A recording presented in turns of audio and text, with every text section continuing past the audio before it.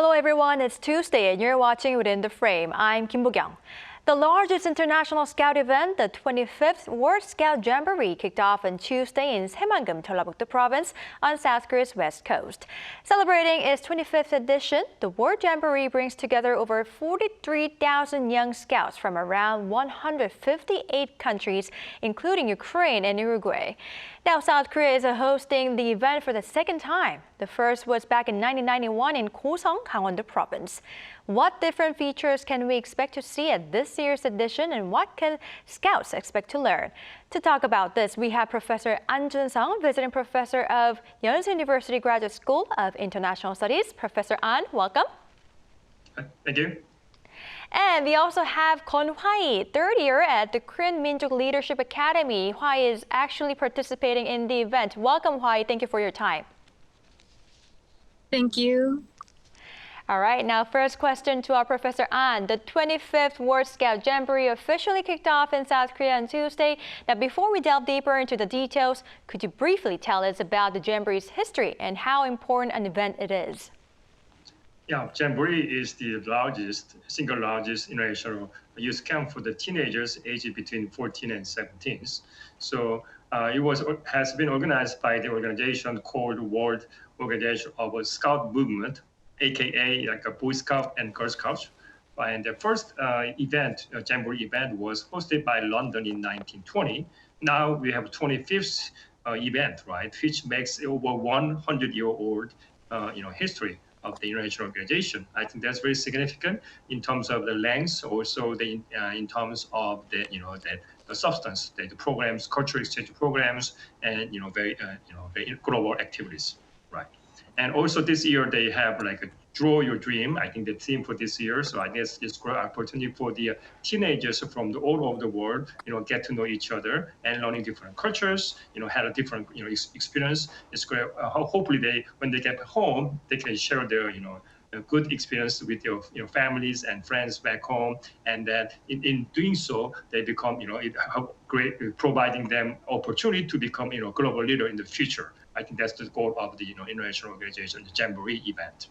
Right, I hope they have a wonderful experience as well. Now, Professor An, so this time it is taking place in South Korea, and it marks the second Jamboree event that South Korea is hosting since the 17th edition held in Goseong, Gwangwon-do Province in 1991. How significant is it that South Korea will host for the second time?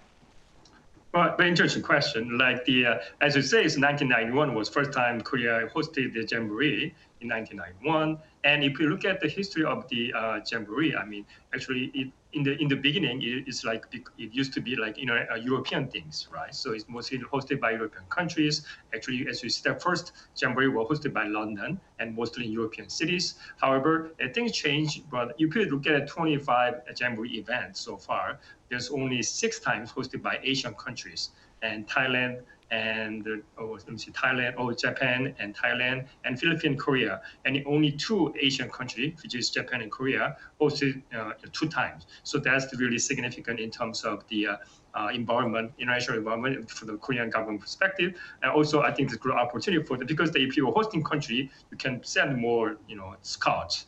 For that, because you are hosting countries. So I think provide great opportunity for the, the Korean scout to have more experience, right? More people have more chances. Because I remember that I used to Boy Scout when I, in school, but I couldn't get in the middle school because there's a government.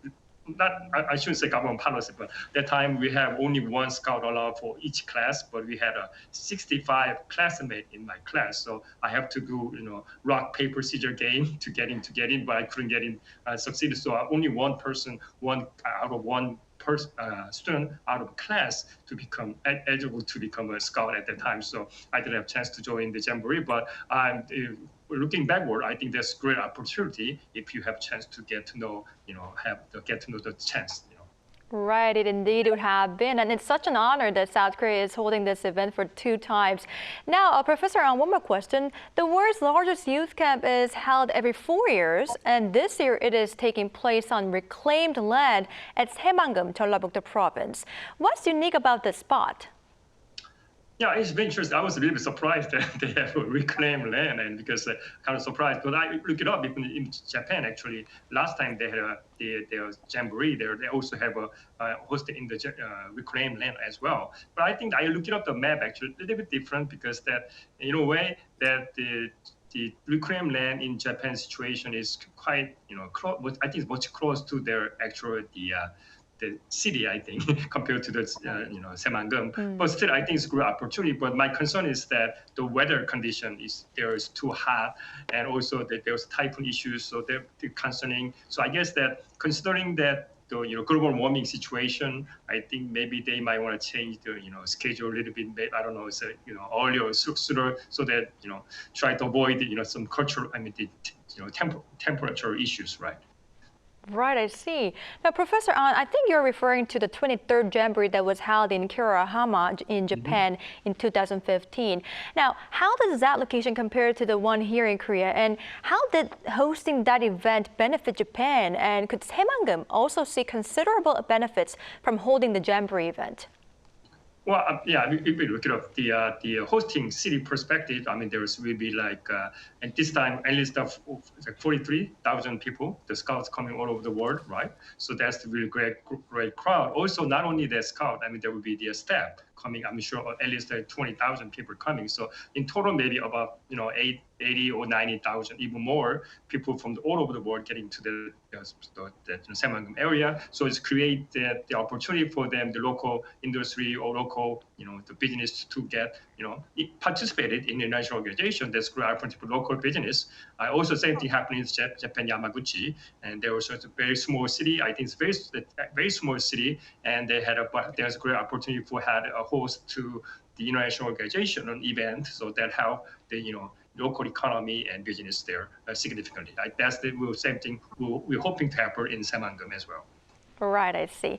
Now, now that we have talked about history and significance of the Jamboree event, let's focus on this year's edition. Now, Hwa-yi, Saemangeum welcomed more than 43,000 scouts from around 158 countries, the biggest scale ever. Now, please introduce yourself for our viewers as a scout and tell us how you feel about taking part in the festival. Oh, so good afternoon. My name is Hwa-yi Kwon, Avenger Scout, which means a scout in his or her high school. And I'm also the leader of our patrol and one of the oldest youth to participate in this jamboree. Although I am very excited for the jamboree, it's hard to have this enormous magnitude of this jamboree to sink in easily. Because here you can literally see the horizon. And what's surprising is that the land keeps going on even after the horizon. So it's really hard to fathom the magnitude of this land or the jamboree. Right. I see. Hwa-yi, you must be really excited to be at the very spot. Now, Hwa-yi, I'd like to ask you one more question. Now, reportedly, 29 Ukrainian teenagers are participating in the event, as well as 33 teenagers from Uruguay, the country located on the exact other side of the globe from South Korea. What do you expect to share with scouters from other countries? Well, I've discussed this topic with my friends and fellow scouts, and many of them said that they expect to see differences between them and their foreign scouts. But to me, it's the similarities that rather actually resonate inside me and excite me. Because in the previous Jamboree, the 24th WSJ, what I learned there was that we are all just similar people living on the same planet. So the difference in our skin color and nationality doesn't really mean that we're aliens to each other. So what I want to see with the foreign scouts in this jamboree is similarities. Right, I see. It's really touching how you are going to try to find for the similarity among all the teenagers from around the world. Now, Professor An, given that the Jamboree is a gathering of people speaking different languages, what kind of experience can these teenagers from so many different backgrounds expect to have? Yeah, I guess, that if you go back to my times, teenagers, long time, but it's very interesting that it's kind of that times you quite open to the different culture.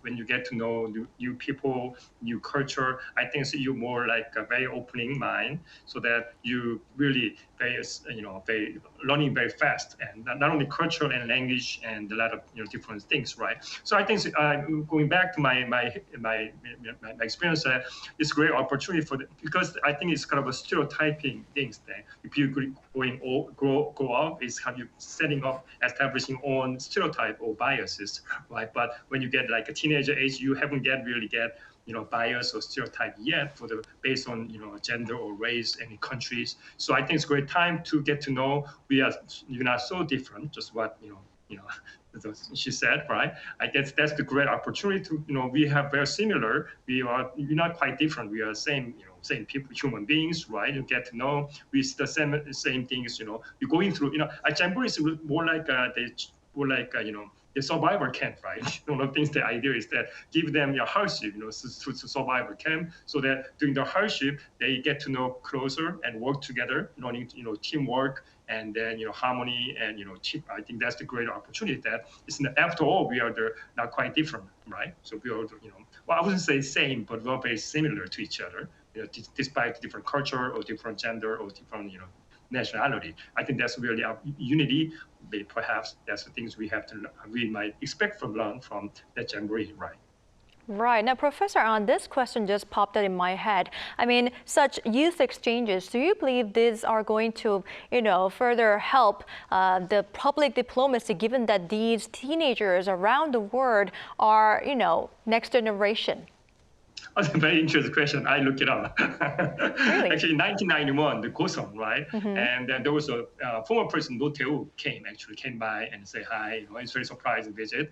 Also, I hope that Yoon might visit to pay a surprise visit to them. And I looked very interesting that the data there, 1991, there were two the scout actually participated at that time was that now is the the Swedish king, and then the Moroccan prince actually participated in 1991. So you never surprised you come across some friend who become a king or prince in the future in a different country. Might be exciting, right? It is. I wish I could have been on the site as well. Yeah. All right, now, Professor An, one more question.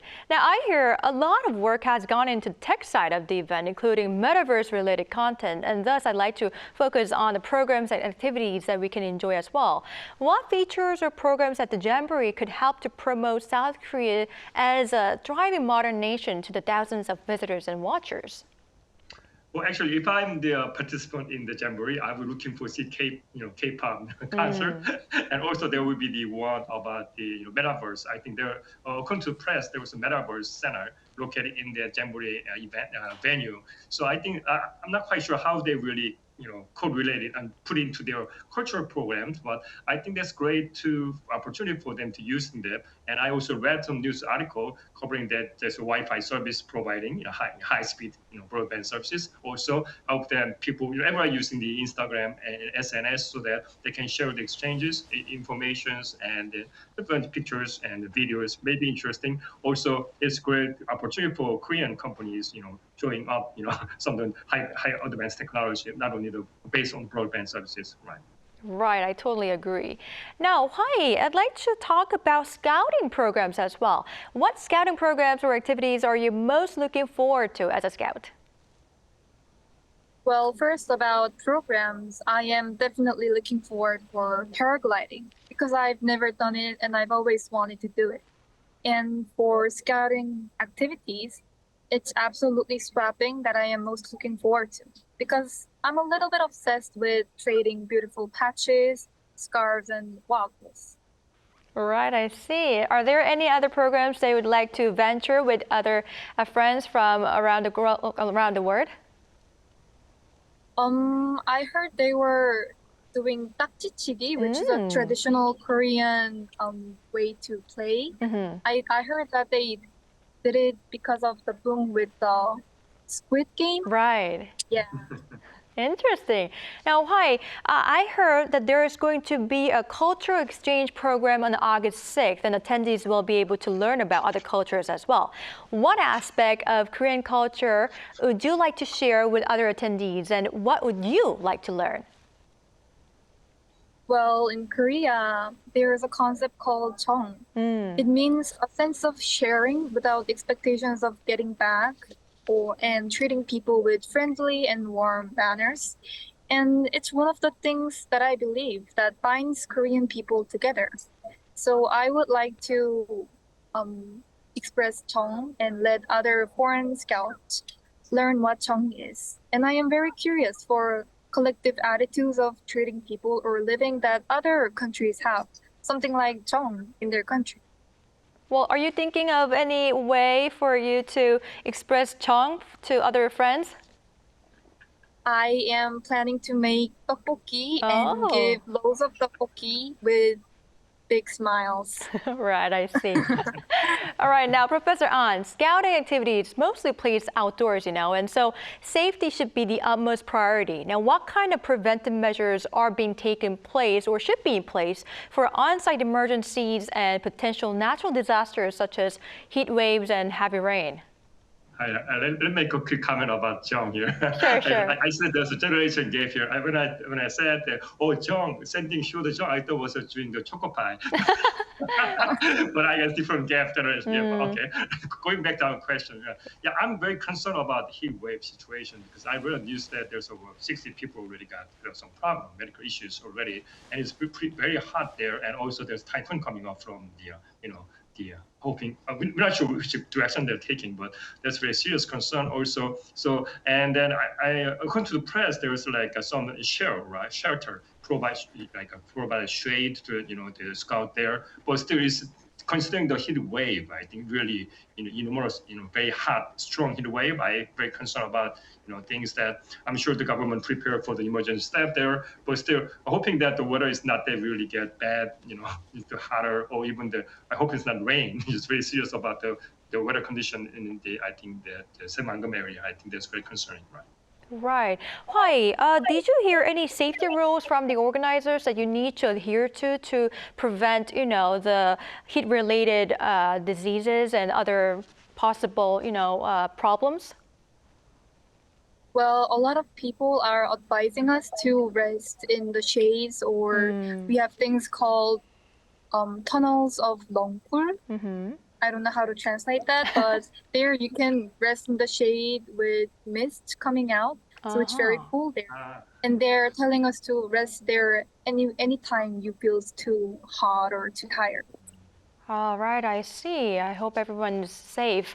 Now, I believe this would be our last question, but I would like to ask both of our participants here. Now, Hwa-yi, you first. Now, South Korea is hosting the festival for the first time in 32 years. How do you expect this event on the peninsula to contribute to the Scout spirit and the goals of the World Organization of the Scout movement? Well, actually, if I were to find just one problem with scouting in Korea, I think it is how scouting is not widely known and thus a little bit less accessible. But these days, as the Jamboree is being hosted in Korea, advertisements about the Jamboree is being made in our country. Like they post huge posters in the center of Seoul. And I see more and more people getting informed of the Jamboree and hopefully also scouting. So I hope that the scouting movement in Korea becomes bigger and lets more people join us in this wonderful organization. Right, I see. I hope scouting gets to be known more in South Korea. How about you, Professor An? Yeah, I am from, as the former scout, I have a strong feeling that you should have a more, advertisement and commercial, not much commercial, like get to know people, public awareness about the happenings. So it's a great opportunity. Plus, as I mentioned earlier today, that maybe, surprised by President Yoon might be a big event, and then send them strong message to everybody. But President was there. I think that's great. Big event for the scout from all over the world. They care about it, and then people care about it more. I think that might be a good gesture. All right, more campaign and more advertisement for the Scout activities need to be, promoted. All right, unfortunately, this is all the time we have for today's edition. Well, thank you, Professor An, our former Scout, for your insights, and Hwa-yi for your time. I hope you enjoy the Scout Festival. We really appreciate it. Thank you. Thank you. All right, that's all for Within the Frame tonight. We'll be back tomorrow with more in-depth stories. Thank you for watching and goodbye.